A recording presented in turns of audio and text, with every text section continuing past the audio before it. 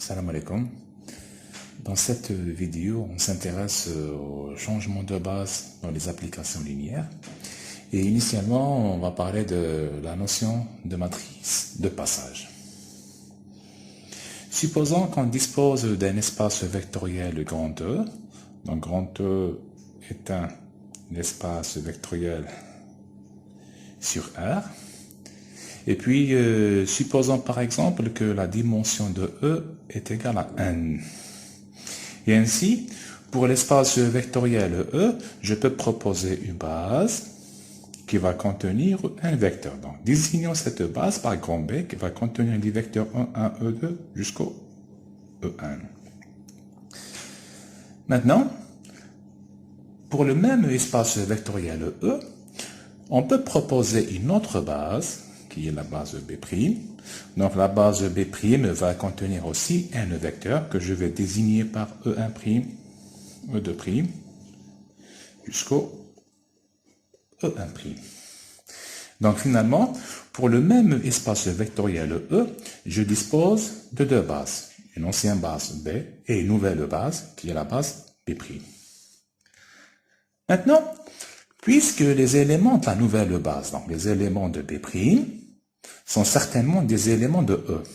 Et ainsi, les éléments de B', qui sont les vecteurs E1', E2' jusqu'au E1', je peux les écrire sous forme de combinaison linéaire des vecteurs de la base B. En d'autres termes, je peux déterminer par exemple les composantes de E1' dans la base B.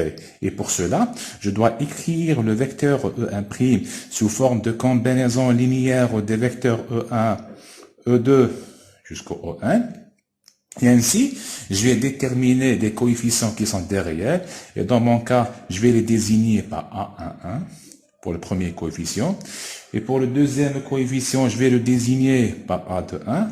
Et je continue jusqu'au A1. Donc, les coefficients que j'ai obtenus sont les composantes du vecteur E1' dans la base B. Donc, les éléments que j'ai obtenus, je vais les mettre au niveau de ma première colonne de ma matrice. Donc, la première colonne de ma matrice, elle sera associée au vecteur E1'. Et je vais tirer les coefficients. Donc là, je vais mettre A11, A21, jusqu'au A1. Les éléments de la base B, je vais les écrire sur les lignes. Donc E1, E2, jusqu'au E1. Et ainsi, on a le vecteur E1' qui est égal à A11 fois le vecteur E1, plus A21 fois le vecteur E2, et ainsi de suite. Je fais la même chose avec le deuxième vecteur de la base B'. Donc c'est le vecteur E2', auquel je vais déterminer ses composantes dans la base B. Donc je vais déterminer des réels que je vais désigner ici par A12, A22, A12. Et bien sûr, les réels, je vais les mettre au niveau de ma deuxième colonne. Je fais la même chose avec tous les éléments de la base B', donc jusqu'au dernier vecteur qui est le vecteur E1'. Donc je vais déterminer les composantes ou bien les coefficients qui sont A1n, A2n jusqu'au AN. Alors, la matrice que j'ai obtenue est appelée la matrice de passage que je vais désigner par passe. Donc, c'est la matrice de passage de la base B à la base B'. Et puis, au niveau de cette matrice de passage, maintenant, pour les matrices de passage, on dispose de deux propriétés qui sont importantes. Donc, la première propriété, c'est que les matrices de passage sont toujours des matrices carrées et en plus, elles sont toujours inversibles. Donc, les matrices de passage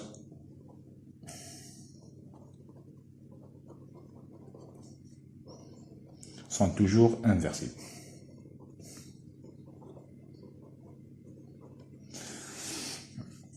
Et ainsi, si, par exemple, P, c'est la matrice de passage de la base B à la base B'.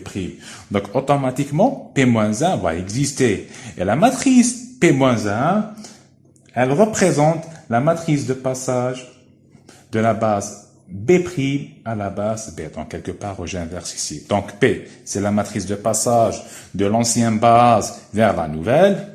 Alors, P-1, ça sera la matrice de passage de la nouvelle base vers l'ancienne base.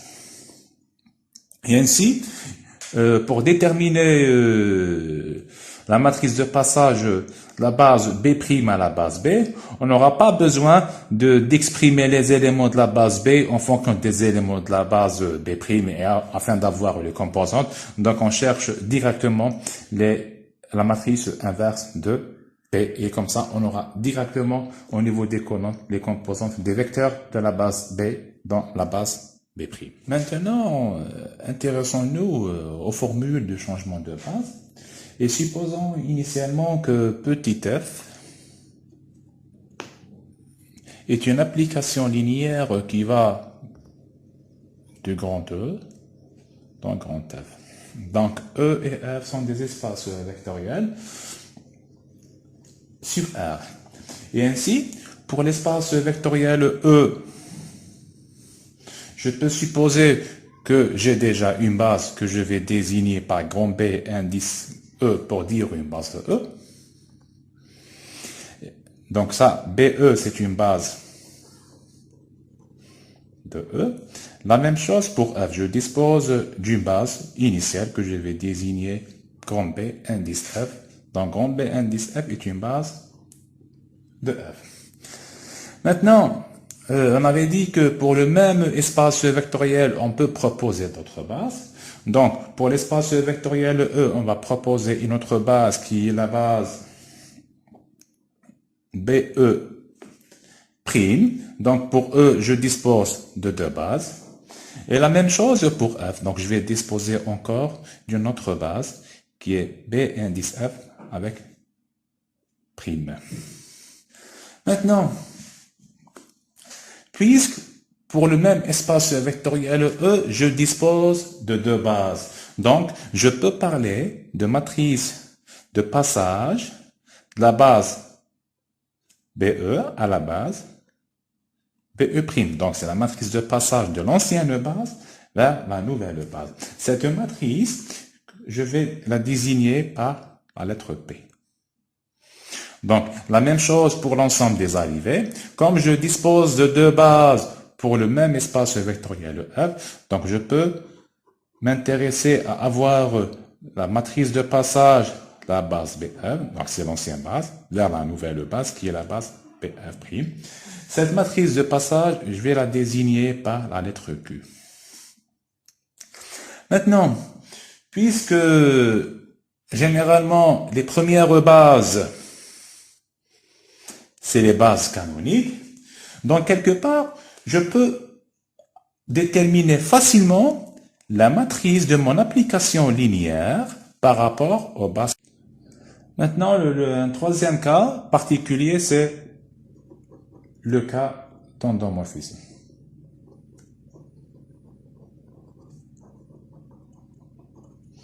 Donc, considérons que petit f est une application linéaire qui va de E dans E, donc f est un endomorphisme de E.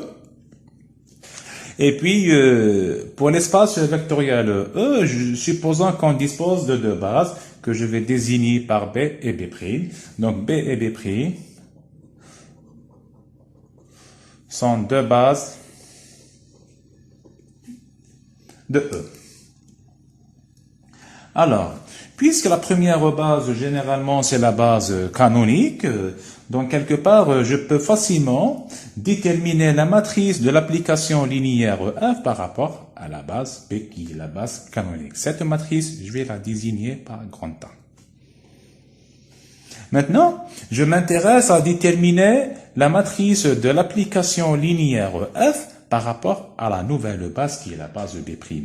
Donc, cette matrice, je vais la désigner par grand B. Alors, si on utilise les formules de changement de base, grand B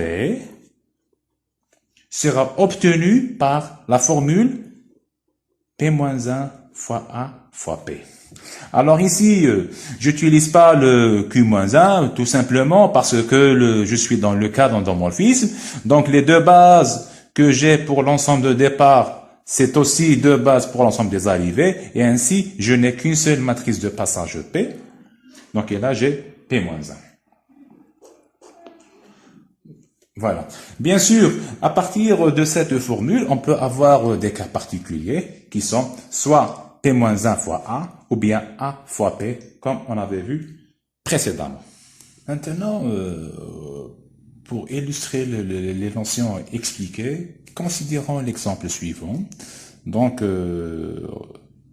l'application linéaire petit f est définie par f de x, y, z qui est égal à x plus 2y pour la première composante et y plus z comme la deuxième composante. Donc f est une application linéaire qui va de R3 dans R2. Maintenant, comme R3 est un espace vectoriel sur R, supposons que B indice R3 est la base canonique. Donc B indice R3 est la base canonique de R3.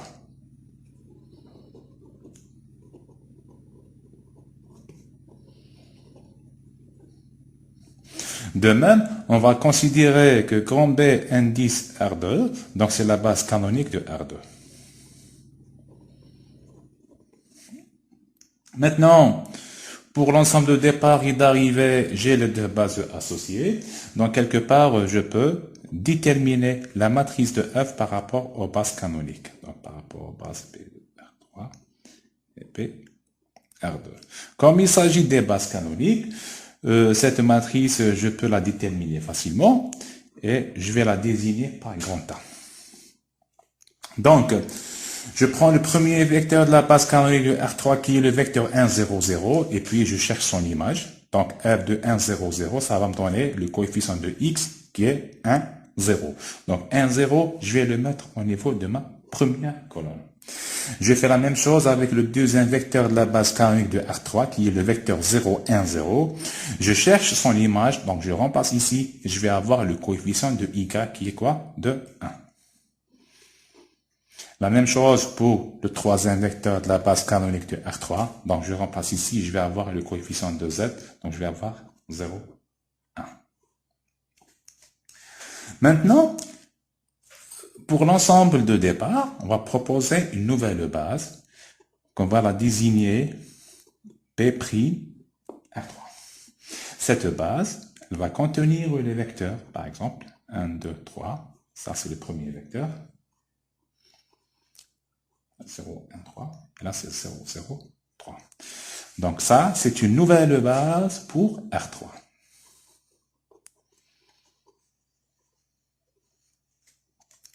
La même chose pour l'ensemble des arrivées qui est le R2, on va proposer une nouvelle base, qui est la base B' de R2. Donc elle va contenir deux vecteurs qui sont 1, 3 et 2, 4. Donc B' de R3 est une nouvelle base pour R3, B' de R2 est une nouvelle base pour R2. Alors, désignons ces vecteurs-là, celui-là par V1, celui-là par V2, donc celui-là par V3. Et là, c'est V1', V2'. Donc, la question, c'est quoi? C'est que on s'intéresse à déterminer la matrice d'application linéaire F par rapport aux nouvelles bases, donc par rapport aux bases B' de R3, B' de R2. Pour cela, on peut passer par deux manières. Donc la première manière, c'est que les éléments de B' indice R3, je cherche leurs images par l'application linéaire F. Après, pour chaque vecteur, donc pour chaque image trouvée, je vais chercher les composantes. Donc je vais passer par la résolution de plusieurs systèmes des équations linéaires, comme ici. Ou bien, je peux passer par les formules de changement de base. Donc là, je vais utiliser quoi? Je vais utiliser la formule Q-1 fois A fois P. Bien sûr, la matrice Q, c'est la matrice de passage associé aux deux bases par rapport à l'ensemble des arrivées. Donc, c'est matrice de passage de la base B, la première base qui est B, indice R2 vers la base B', indice R2. Et puis la matrice P, c'est, bon, égal. Donc, P, c'est la matrice de passage associée aux deux bases par rapport à l'ensemble de départ. Donc, la première base, c'est B indice R3. La deuxième base, c'est B' indice R3. Donc ici, la matrice Q, c'est la matrice de passage de B, de l'ancienne base, qui est la base canonique de R2 vers la nouvelle base. Donc, comme l'ancienne base, c'est la base canonique, donc la matrice de passage, je l'aurai directement, et ceci en écrivant les éléments de la nouvelle base en colonne. Donc, pour la matrice de passage Q, je vais avoir première colonne 1, 3, et deuxième colonne, je vais mettre 2, 4. Maintenant, pour la matrice de passage P, je vais faire la même chose. Je vais prendre les éléments de la nouvelle base et je vais les mettre en colonne. Donc, les éléments de la nouvelle base, donc le premier vecteur, c'est le vecteur V1. Je vais mettre ici 1, 2, 3. Là, je vais mettre deuxième vecteur qui est 0, 1, 3. Et là, je vais mettre 0, 0, 3. Et après,